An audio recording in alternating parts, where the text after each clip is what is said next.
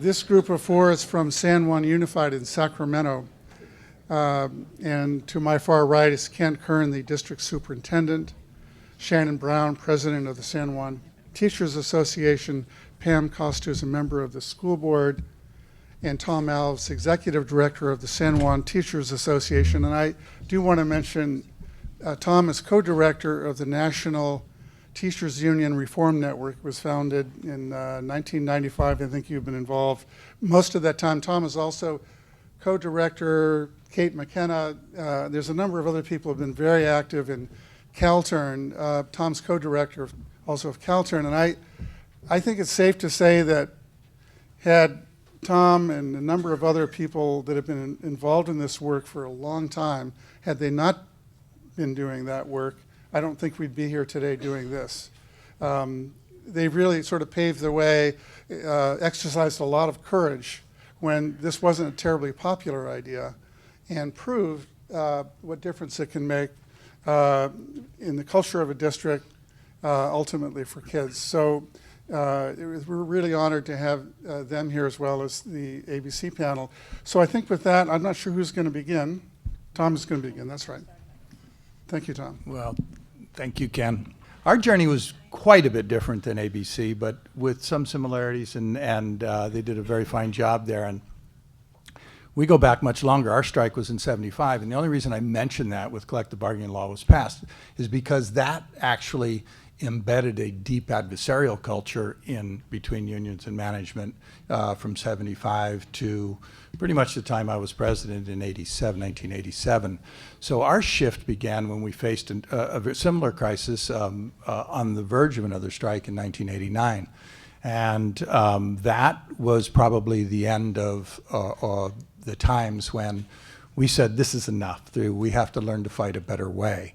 So we had to shift and change a very adversarial culture for a very long time and make that happen. And given credit to the superintendent at the time and the general counsel in that final agreement, 11th hour to save us from another strike in '89, we did commit to finding a better way to fight and finding a better way to work together. And that was, Roger Fisher and Bill Urey's book from 1981 was around for a few years, and consulting groups were doing some work, and we went through a 5-day training. And I just want to briefly mention that 5-day training in 1990 covered understanding the other organization that you're working with. You've got a very democratic, egalitarian union. You've got a very hierarchical and bureaucratic large school district. Understanding management structure and organizational understandings, as well as unions' understandings and democratic culture, was very enlightening at that time. And we went into that training for 5 days. The two parties wouldn't even sit in the same area of the room. By the time we came out, we had all these commitments to really forge ahead. But it was very, very difficult journey to sustain this over 25 years for lots of reasons. And I think what interests some folks in our work here is that how was it we were able to keep coming back because it was such a rocky road all this time? And even though I've probably been the constant there, and Pam ultimately as well, we did a couple of things, and ABC pointed this out. We ultimately said, from about 1990 on, what is it that we want to create together? What are some things that we could work on to create together? And that was essential, because if you're at cross purposes on anything, it will not sustain itself. It will ultimately fail.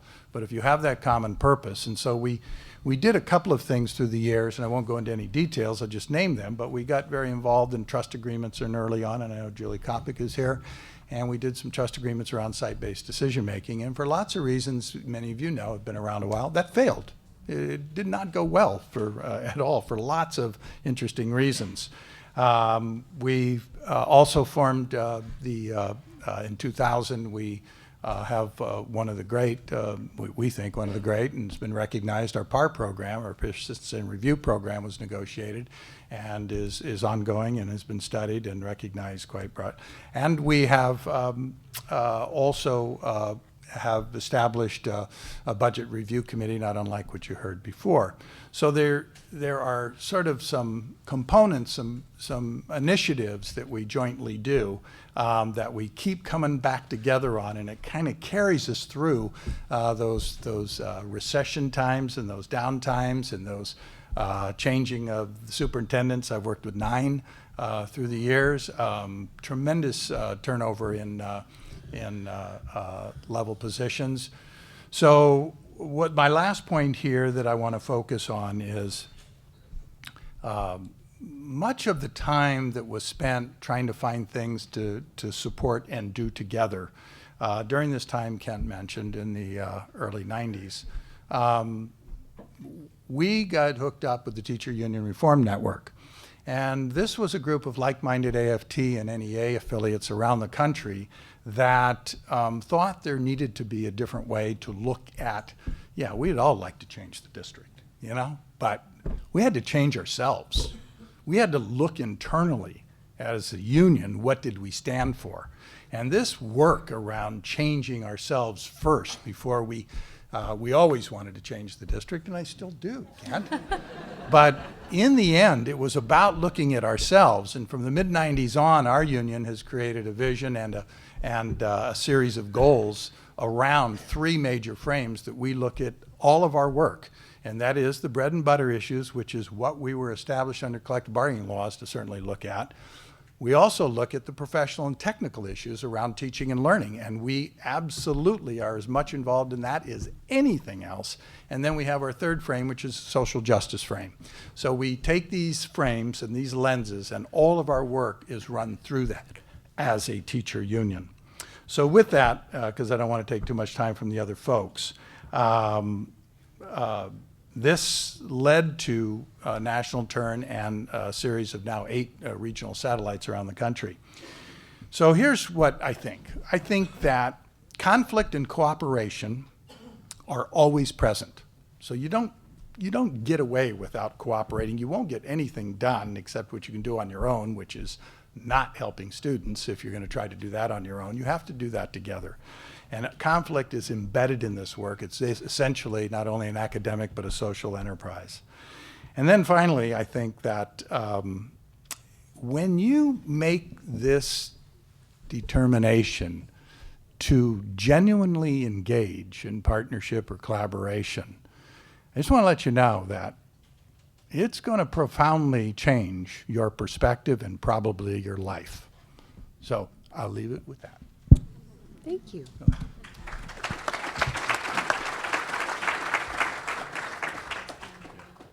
Good evening. I'm Pam Costa. I'm president of the board for the San Juan School District, but I'm also a former employee of the district. So I have viewed San Juan through the lens of a teacher, a principal, and a director of schools, and then a consultant for PAR after I retired and now elected to the board. So I have seen the history of collaboration, and like Tom, I worked for 9 different superintendents, but I watched the peak of the collaboration through the lens of 5 different superintendents, and have watched the board both as a staff member watching the board and then as a member of the board. And what I have seen consistently over time is that the board has had a deep, abiding core belief that collaboration is essential to the success of our students and to the success of our district and the climate of our district. I also thought about what was the biggest element that I could think from a board perspective of how we have supported collaboration. And I thought there was no better way than in the hiring process that we used to select Kent Kern as our superintendent. And it started with collecting attributes from all of our labor groups and our community members about what they felt we needed in a superintendent. And the board also looked at our board goals and our board beliefs, and we said we needed to look within our district for a superintendent this time. We advertised, and then the board paper screened and did initial interviews, but the second interviews occurred with our labor leaders and our parent community members doing the interviews. Then they sat and debriefed their interviews based on the strengths of the candidates and areas that they felt were not strengths for those candidates. And the board became a listening circle. And we simply listened to those comments. And from that, the board narrowed the focus to 2 candidates, and we selected a superintendent that we felt was the strongest for our district and that could support those issues that we as a board believed were critical, collaboration being one of those. And Kent has proven above and beyond that his belief about everybody working together, being transparent, having conversations, and always being focused on the kids. They're not easy conversations, and they're not sugar-coated conversations. They're conversations that take place over time and that matter to each of us. I think the other thing that the board does that is probably different than many communities is we meet one-on-one with labor leaders as well to understand their issues and their perspective. We meet regularly with Kent one-on-one, but we also have meetings, and I think that helps us to understand the multiple perspectives within our district. And then the third thing that I think I'm really proud of our board is we really are advocates and allies, and I would say cheerleaders for collaboration. And when we're out on the dais, we are modeling a collaborative effort in the way that we're working together, but we're also doing that out in the community. We're talking about the benefits of collaboration, and people don't always love collaboration, the parent community and also employee groups at times, as depending on the issue. And so it's important for us to be able to talk as leaders in the community about why this is important and what a difference this is making in our schools and for our students and for our employees. So from a board member's perspective, this is collaboration in San Juan. Thanks, Pam. And I think, even when you hear about a board members and board president meeting with other labor groups, to get to that point, that takes just trust in a system. And sometimes that's a little scary to what are they hearing out there, what's going on. But I think that constant communication is helpful to a system. What we've heard already from both ABC and the panel, I'm going to keep mine short because Shannon's going to share some of the initiatives, the academic initiatives that really we've been able to get to. But that communication piece is really what it takes to build the trust. We even got to the point where we realized when we weren't communicating enough, people build their own meaning.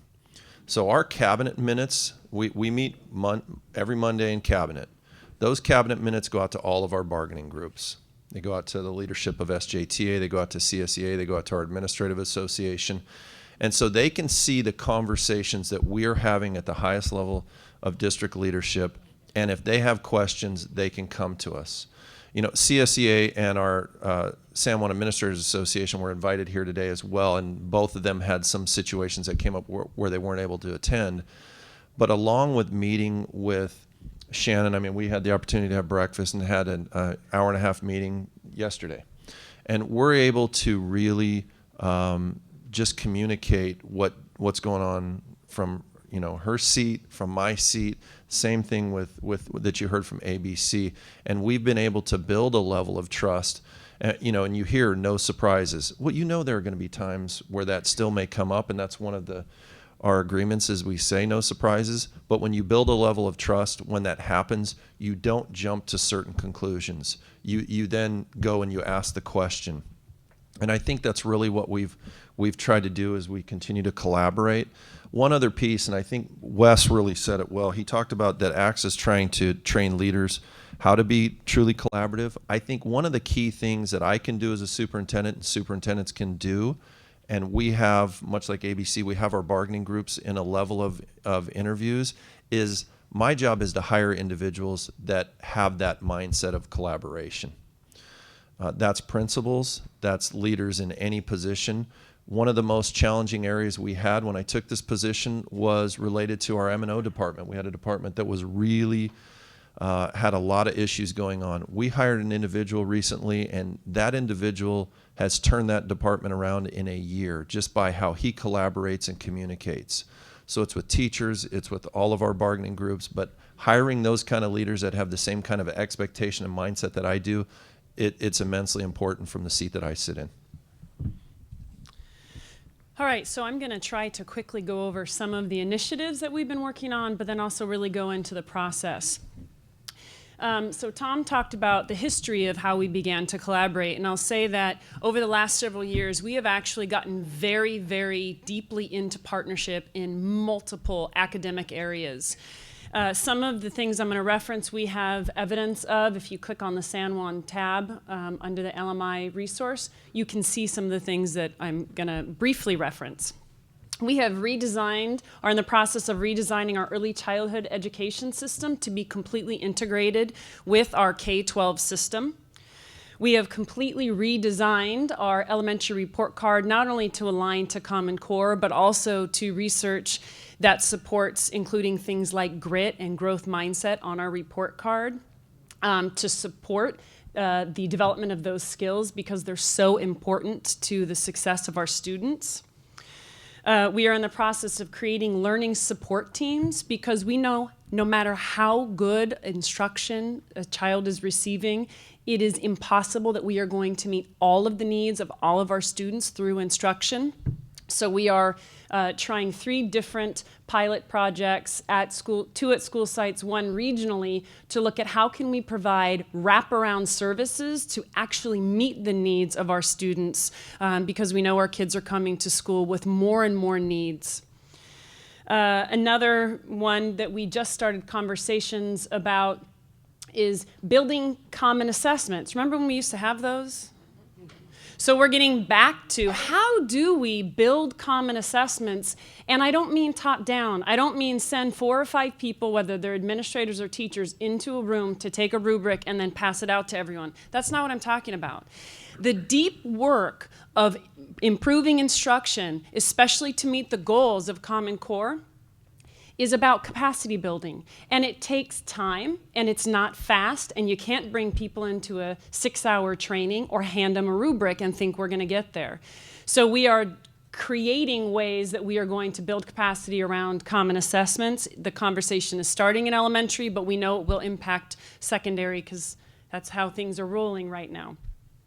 Another major initiative is we have completely redesigned our evaluation system. In fact, we don't call it evaluation anymore. It's a system of professional growth because we know that most people are meeting standards. So we have PAR. We know what to do with struggling teachers, but we're designing a system that will support everyone else in improving their practice so that we're moving the big middle, if you will, to improve instruction. So happy to talk to you about any of those, as these people are, when we have cocktails. But what I want to really go into detail on is how we do this. Because when we started this collaboration, we were doing it jointly and then rolling it out. And what we've shifted to is including more people and more voices. We do that by bringing together a joint committee. That joint committee either has surveys, open-ended responses, we have focus groups that we get feedback on once we've launched initiatives. That includes surveys from parents. But we don't just invite people at the end. The survey maybe goes out in the beginning or the focus group goes out in the beginning. Then we design the process or the template, whatever it is we're working on. Then we push it back out for feedback, design, tinker a little more, and then move to a pilot process. So we have had multiple opportunities for teachers, for administrators, and we're beginning to evolve, including CSEA more, and parents, in how we're getting their input along the way in developing things so that by the time we get to implementation, people know what it is, they have the buy-in because they have helped to create it in some type of capacity, and we're building capacity. Great, thank you. So I was short. More details later. Now, we can't leave without taking a question or two. Can you clarify who you're assessing? What do I mean by that question? Are you talking about the common assessments that I talked about we were developing? Speaking of common assessments, are you talking about collaboratively an assessment will be built up? Or an instrument will be created to assess? Who are you assessing? So the assessment is of students, and the goal is actually to calibrate so that we all have agreement, right? So we're learning Common Core. No matter how many years you're in this, 3, 4, 5, we're still figuring out what that actually means when students are the various levels. So we're calibrating, then creating the common assessment, and it is for students. Okay, is there, I was sort of going beyond that. I was thinking of, when you spoke about evaluation, you meant evaluation of certificated staff? Yeah, this is the problem with covering things quickly. So two separate initiatives. The evaluation system that is now our system of professional growth is of certificated staff.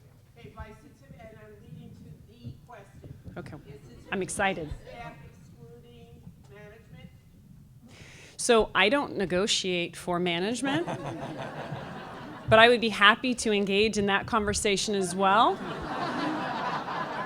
Because it's about getting feedback for improvement, right? And that should be what we are doing for students. We should be doing it for certificated teachers in our unit. It should be for CSEA. It should be for management. Everybody should be getting feedback to improve. That's what our goal should be.